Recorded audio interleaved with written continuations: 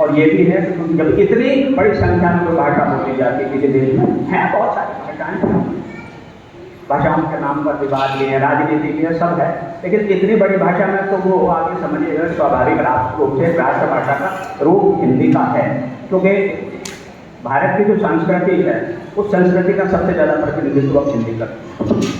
मैं हिंदी साहित्य के विकास में नहीं जा रहा, लेकिन मैं एक बात कहता हूँ, और ये भी सैकड़ों वर्षों से भारत की संस्कृति का यह प्रतिनिधित्व करती है, भारत की दर्शन परंपरा का प्रतिनिधित्व हिंदी करती है। मैं मानता हूँ कि काम उतना नहीं हुआ इन सभी क्षेत्रों में, काम और होना चाहिए और स्तरीय होना चाहिए। और एक सबसे बड़ी बात ऐतिहासिक, अभी पता नहीं पहले सत्र में उन्होंने कहा कि हमारे अध्यक्ष जी ने, सुलभ जी ने, ये गुजरात से ही पहले आई थी हिंदी की आवाज़, लेकिन गांधी जी की नहीं है। गुजरात के बहुत बड़े साहित्यकार और दीक्षित जी स्वर्गीय,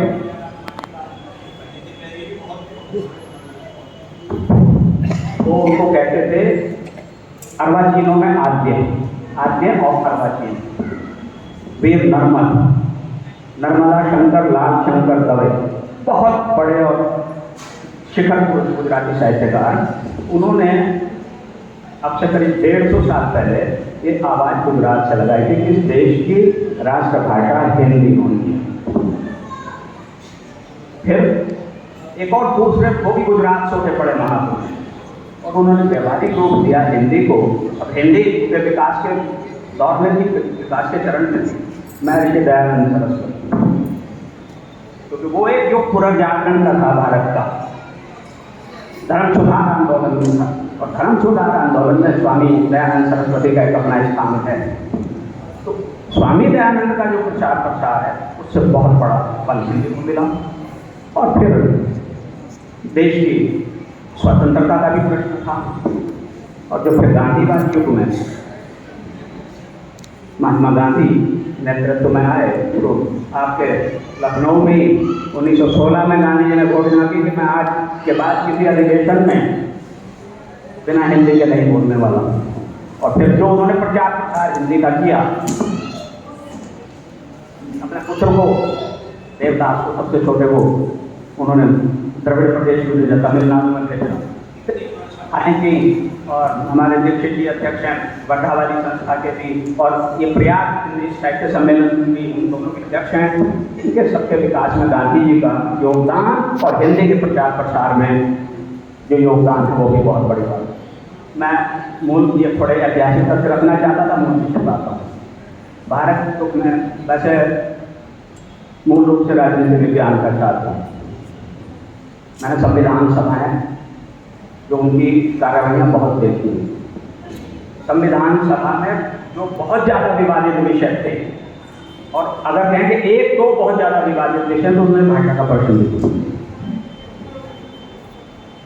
वो आज के भले ही हम सब हिंदी भाषी हैं और हिंदी में लिखते पढ़ते हिंदी वाले हैं, लेकिन उनको हमें देखना चाहिए। और वहाँ विवाद क्या, एक तो ये कि भाई देवनागरी की जगह के साथ साथ आप इसके लिए परिषद रख लो, हिंदुस्तानी रख लो, गांधी जी का तो नहीं लूँगा। वहाँ बहुत ही चिंता का विषय हुआ, और वो बिल्कुल कोई सही कह रहे थे कि बहुत ज़्यादा लोग मौन थे। इस समय में भी लोकमान्य थे,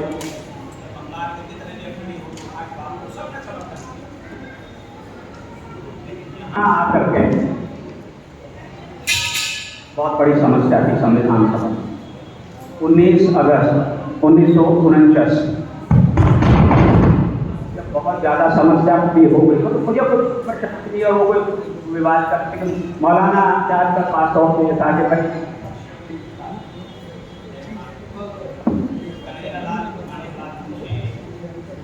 सबसे ज़्यादा चिंतित हुए।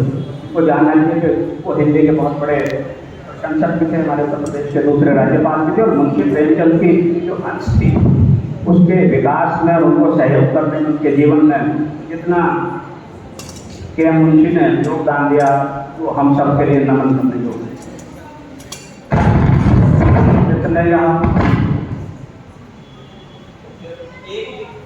एक ही व्यक्तित्व ऐसा था कि जो इस समस्या का समाधान दे सके, प्रभावशाली हो।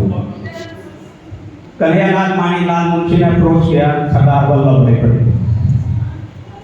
अब उनका प्रभाव ऐसा संविधान सभा में भी कांग्रेस में भी, तो शायद जितने मौन रहने वाले उनको भी थोड़ा सा, तो एक 19 अगस्त 1929 का कन्हैयालाल माणिकलाल मुंशी को सरदार वल्लभ भाई पटेल का पत्र है। मैंने कई पुस्तकों